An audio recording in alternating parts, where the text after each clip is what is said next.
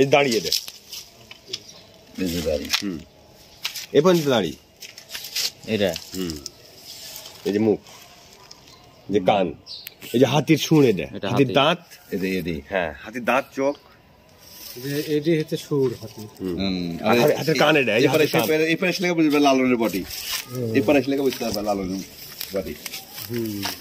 মুখমণ্ডল, এটা মাছ, এই পাশে মাছ, এই যে পুরোটা মাছ, এটা হচ্ছে মাছের মুখ। হ্যাঁ পুরোটা মাছ, এটা মাছ, হ্যাঁ পুরোটা মাছ।